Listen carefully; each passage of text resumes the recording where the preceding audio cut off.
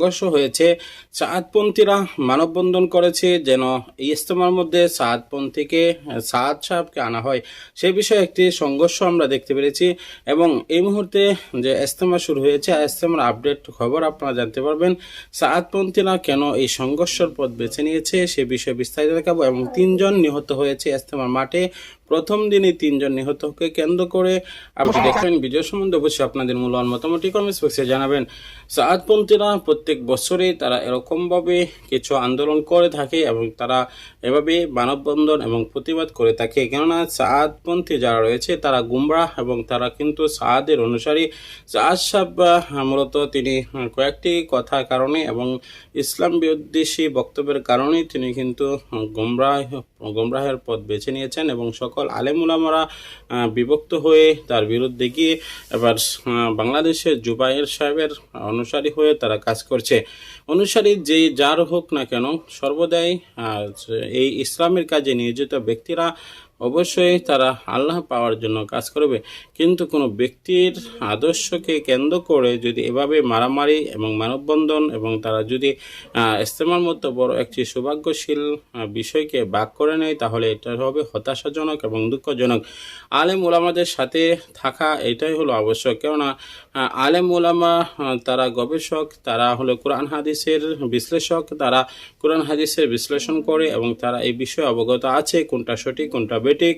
সাধারণ মানুষ সেটা কিন্তু বুঝতে পারে না। সুতরাং সকল মানুষের উচিত আলেম ওলামাদের সাথে থাকা। আলেম ওলামাদের একটি দল, সে দল হচ্ছে জুবায়েরপন্থী বর্তমান সময়ে যাদের ইজতেমা হচ্ছে। কিন্তু সাআদপন্থী তারা সাআদ সাহেবের একটি বিষয়কে কেন্দ্র করে তারা শুধু তাদের পক্ষ নিয়েই কথা বলে থাকে, তারা তাদের মহাব্বতের কথা বলে থাকে, কিন্তু মহাব্বত হবে আল্লাহর জন্য। সাআদপন্থীরা যে সাআদ সাহেবকে ভালোবাসে তার থেকে শতগুণ বেশি আমরা ভালোবেসেছিলাম, কিন্তু সে ইসলাম থেকে সরে যাওয়ার কারণে, ইসলামের বিপক্ষে কথা বলার কারণে আমরা তাকে দিল থেকে সরিয়ে দিয়েছি। কেননা যতক্ষণ পর্যন্ত ইসলামের পক্ষে কথা বলবে আমরাও তার পক্ষে রয়েছি, ইসলামের বিপক্ষে কথা বললে আমরা কারো পক্ষ থাকতে পারি না, চাই সে বাবা হোক অথবা উস্তাদ হোক, যে কেউ কোনো ব্যক্তি হোক না কেন। আর এটাই ইসলামের শিক্ষা, মান আহাব্বানিল্লাহ ওয়া মান আবগাদালিল্লাহ ওয়া মান আলিল্লাহ ওয়া আতালিল্লাহ ফাকাদ ইসতাকমালাল ঈমান। কাউকে ভালোবাসা আল্লাহর জন্য হতে হবে, কাউকে ঘৃণা করা আল্লাহর জন্য হতে হবে, কাউকে কিছু দেওয়া আল্লাহর জন্য হতে হবে, দেওয়া থেকে বিরত থাকাটাও আল্লাহর জন্য হতে হবে। তাহলে হলো এটা সর্বনিম্ন ঈমান, এটা হলো ঈমানের একটি অংশবিশেষ।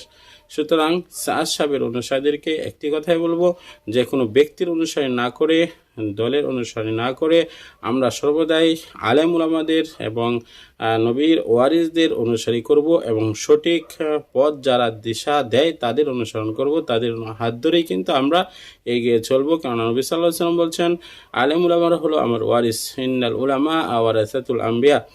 নবীগণ হলো আল্লাহ রাসূল সাল্লাল্লাহু আলাইহি সাল্লামের ওয়ারিসগণ হলো উলামায়ে কেরাম। উলামায়ে কেরাম যেদিকে যাবে সেদিকে আমাদের যাওয়া উচিত। উলামায়ে কেরামগণের সামনে বসলে নবীর সামনে বসা হবে, উলামায়ে কেরামের সাথে কথা বলে নবীর সাথে কথা বলা হবে। আল্লাহ রাব্বুল আলামিন আমাদের সকলকে এক প্ল্যাটফর্মে এসে সকলকে নিয়ে এই ইসলামের কাজ পরিচালনা করার তৌফিক দান করুন, আমিন।